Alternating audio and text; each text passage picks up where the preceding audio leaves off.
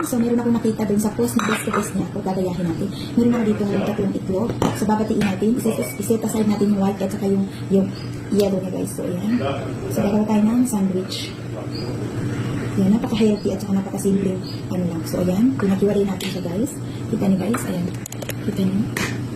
Hiwalay natin yung white at saka yellow. Ganyan. O, diba? Tapos yan. So, ito na siya. So, mix together natin. Ganyan natin, guys. Siyempre, mahilig ako sa ano. Talagyan ko ng konting paminta para naman may lasa-lasa. Para gusto lang lagyan natin ng paminta. And salt. Ganyan. Saka dito sa another one. Salt, konti po. And then, ganyan natin yung ayos. Mix ganyan.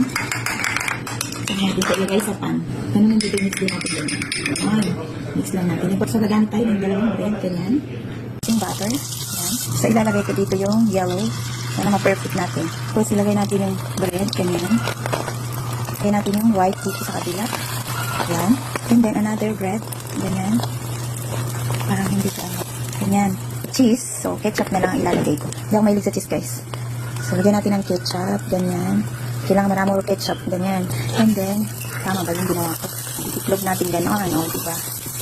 Parang ang laki ng sandwich, oh. Yung sandwich natin, diba? So, balik rin ko nga. O ba? Laki-laki, ah. Hindi siya perfect. Pero, okay lang. At least na-try natin. So, next time, kasi hindi ko na ganun, no? Pero, okay lang yan. So, very simple. Yan. Ang yummy. So, ayan. Ito na, guys, ang ating finished product na sandwich. Oy, toasted pa siya, oh. Wow. Look at that. Ay, so yummy. Wow. O, diba? So, let's eat. So, may partner yan ng kape.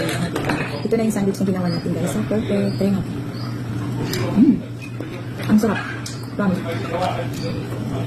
Malaki siya kasi ano siya.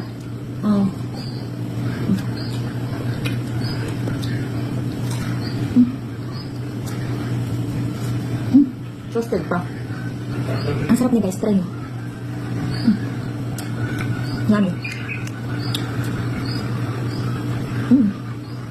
I love it. Ang sarap nila pang merenda. Breakfast, snack, kahit ano.